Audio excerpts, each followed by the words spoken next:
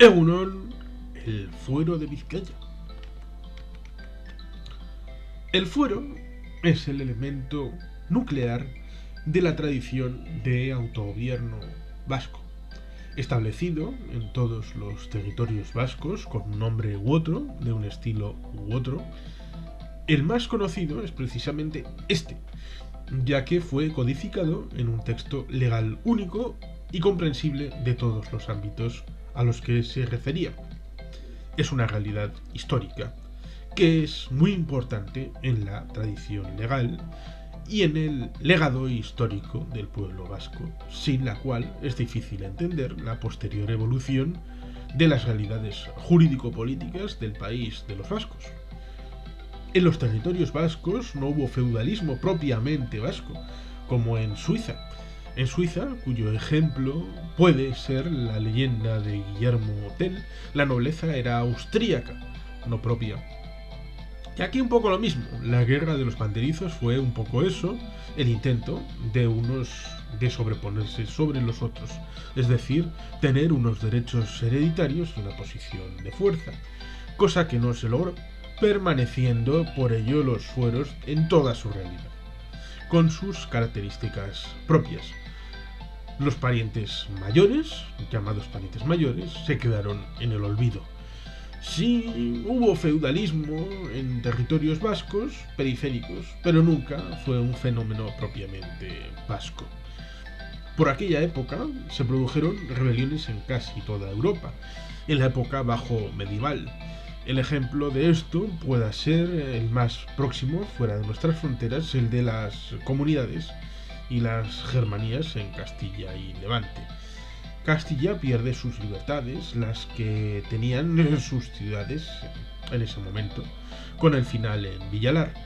Castilla es, por tanto, una víctima más sobre cuyo cadáver se levantó el imperio que empieza con Carlos V. Pero esta historia es cosa suya. El nuevo modelo requería laminar el anterior, en la medida de lo posible, y ya había remitido el miedo a la conversión de los cristianos al Islam, cosa que sucedió en los siglos anteriores, sobre todo en el Levante. La hidalguía universal es una forma de llamar al reconocimiento de lo que luego se ha venido a conocer como derechos de ciudadanía. Derechos por el mero hecho de ser ciudadanos.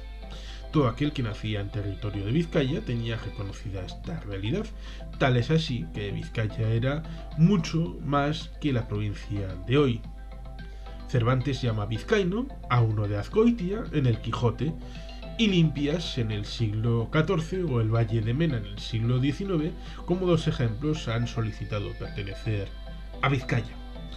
El igualitarismo era una característica fundamental para entender la realidad derivada de ese hecho de que el feudalismo y la nobleza, que hiciera distinciones entre las clases alta y la plebe, al tener derechos de ciudadanía, siendo todos iguales ante la ley, la base era sólida y solidaria. Ya sé que los términos han evolucionado a lo largo de la historia, pero el concepto, la sustancia, es la reflejada en la palabra igualdad. Igualdad de derechos y de posibilidades.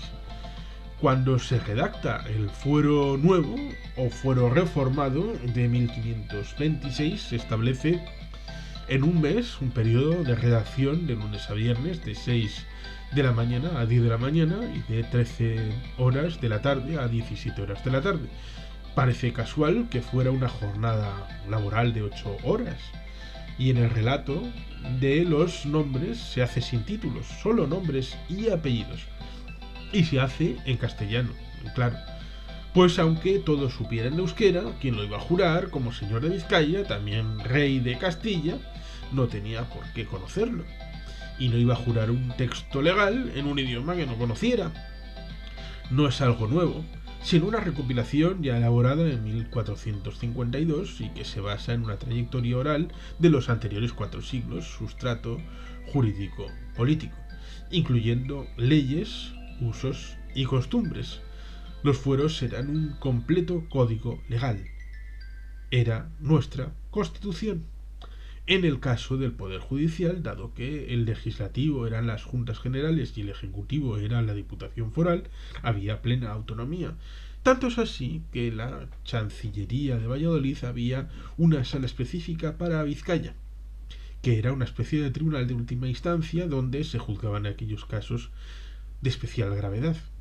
Las guerras de banderizos aún quedaban cerca y se debió preferir una instancia ajena para estos casos, como por ejemplo hoy se hace en tribunales internacionales, llámase La Haya o Estrasburgo, pero siempre aplicando lo establecido en el fuero de Vizcaya, salvo que no hubiera disposiciones aplicables, lógicamente. El pase foral era la clave de bóveda del sistema foral y se aplicó, por ejemplo, en el llamado motín de la sal o en la machinada, cuando el Estado quiere subir impuestos, por ejemplo, y es un claro contrafuero, porque eso es competencia exclusiva foral. Por tanto, se lleva a término la fórmula de se obedece pero no se cumple. Alguno lo ha llamado como un recurso de inconstitucionalidad previo. La última en ser reconocida fue Araba en 1703. A finales del siglo XV lo fue para Guipúzcoa. Una de las características del fuero puede ser la denominada prisión por deuda, y es que nadie podía ser encarcelado por ello, a no ser que la deuda fuera derivada de un delito, entonces sí. Tampoco se podía, bajo ningún concepto, embargar a una persona ni su casa ni su caballo. Tampoco se podía ejercer tortura para la obtención de información. Y allí donde hubiera indicios fuertes, pero no pruebas, se le condenaba, pero con pena atenuada, como en los casos de incendio que eran tipificados como delito, lógicamente en un país donde los bosques eran parte de la economía nacional. Por otro lado, se reconocían todos los derechos a aquellos que vivieran fuera de Vizcaya, ya fuera en otra parte de las Españas o incluso en América. Y esto incluía hasta la tercera generación, es decir, a los nietos. Y para tal solo tenían que demostrar el solar vizcaíno tener origen en Vizcaya. Habeas corpus es la fórmula en la que al reo se le debe presentar ante el juez y no tenerle escondido. Esta fórmula ya aparece reconocida en el Fuero de Vizcaya. La Carta Magna parece ser elemento de innovación inglesa, pero no es así. Por ejemplo, el que ideó el Parlamento inglés, que vivió en Gascuña, patria chica de D'Artagnan, por cierto, algún tiempo, debió verse influenciado por el sistema foral de alguna manera. En el sistema foral se tenía el derecho a elegir y a ser elegido, y en el caso inglés era algo limitado a la nobleza y al alto clero, no al pueblo llano, cosa que no ocurría en el sistema vasco, donde el derecho era universal. En el caso de los matrimonios podemos hablar con propiedad de derechos de la esposa, aunque los bienes provinieran de él, constaban como bienes comunes. Y aunque el marido quisiera vender, la esposa tenía que estar de acuerdo. Y a la hora de heredar no tenía por qué hacerlo el hijo mayor, sino cualquiera de ellos, pues no tenía por qué ser el mayor el más capaz de llevar a término las empresas, entendidas como labores familiares.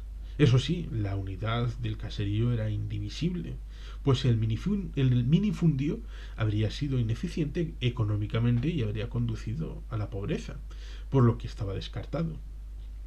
La libertad de comercio es otra de las particularidades del fuero, y es que al estar las aduanas en las fronteras con Castilla, se fomentó sin duda el comercio exterior, hasta tal punto que era norma que los barcos con dirección a tierras vascas tuvieran pase libre entre la flota de Castilla en alta mar. Y el consulado de Vizcaya, el consulado de Bilbao, que se llamó, y su delegación en Flandes fueron los que crearon el primer marco normativo, el primer marco legal de referencia, el primer tratado de comercio, que luego se han copiado por los demás. En otras partes hubo que esperar hasta Adam Smith para que se hiciera tal reivindicación, cosa que en el fuero ya existía hacía siglos.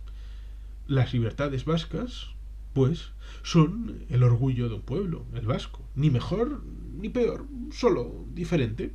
Es lo nuestro.